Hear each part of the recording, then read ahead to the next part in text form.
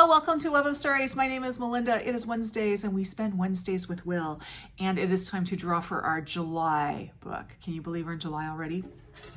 In this tin, my Coronation Tea tin, I have on little slips of paper the titles of all the Shakespeare novels we have not yet read, minus Henry VI Parts 2 and 3. I'll add, once we choose Henry VI Part 2, I'll put, or Part 1, I'll put 2. You know how that works. We just don't want to get ahead of ourselves with Henry VI. This month in June, we are doing A Midsummer Night's Dream. You can still join us, but we'll see. We have not hit any of the really big ones yet, like what I call the ones that everyone knows. We haven't, so let's see. I think the closest we've come is Othello and The Merchant of Venice. So let's see which one we get here. Are we going to get a banger? I shouldn't say a banger. Are we going to get a biggie? I don't know. It's a little thing. No, we are not. Oh boy. I don't even know what this one's about. It is definitely not one of his better known plays. We're reading Pericles. I think it's a tragedy. I don't know. I know nothing about Pericles, but I'm going to find out because we're going to be reading it in July. I'm sure that our last 3 plays are going to end up being Romeo and Juliet. Well, probably we've read A Midsummer Night's Dream. That's a biggie.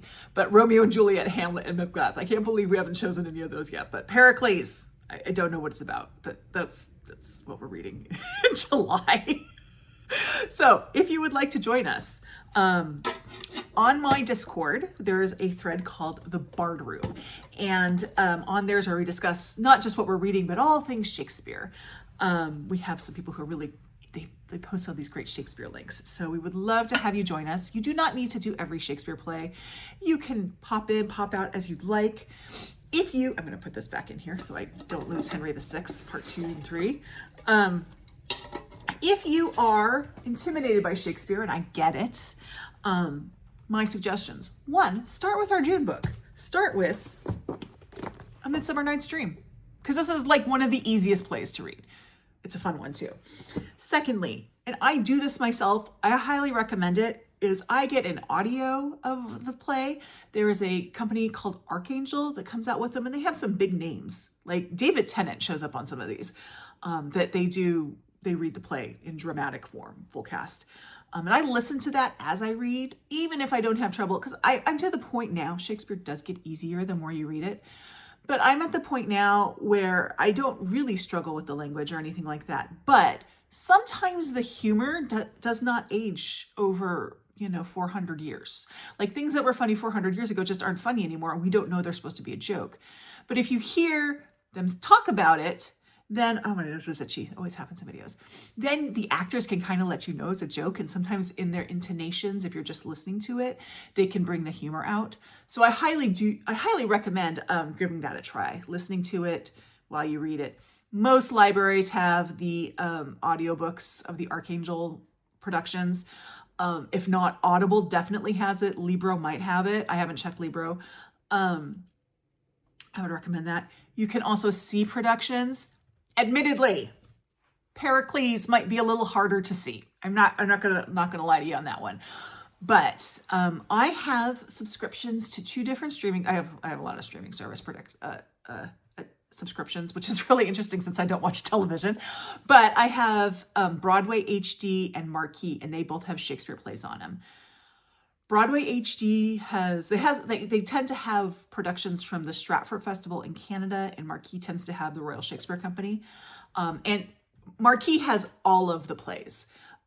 So you can find it on there. Libraries frequently have copies of these, so you can just get the play and watch it. And I'm not going to send the Shakespeare police after you if you just watch the play. Just not going to. You can just do that. That's fine. But yeah, all those things make it a little easier.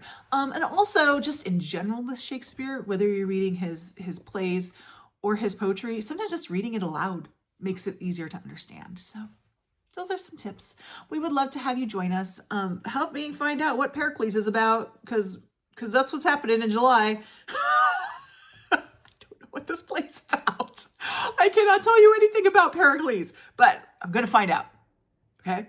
Like, subscribe, join my Discord if you want to join us in the Bard Room, and I'll see you in the next video. Bye-bye.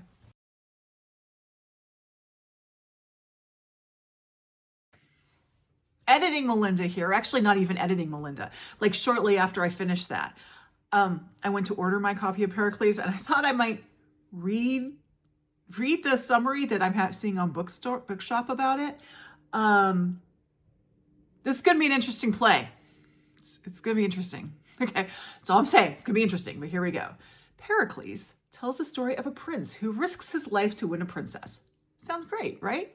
Hold on. But discovers that she is in an incestuous relationship with her father and flees to safety. He marries another princess, but she dies giving birth to their daughter. The adventures, that's a word for it, adventures, continue from one disaster to another until the grown-up daughter pulls her father out of despair and the play moves to a gloriously happy ending.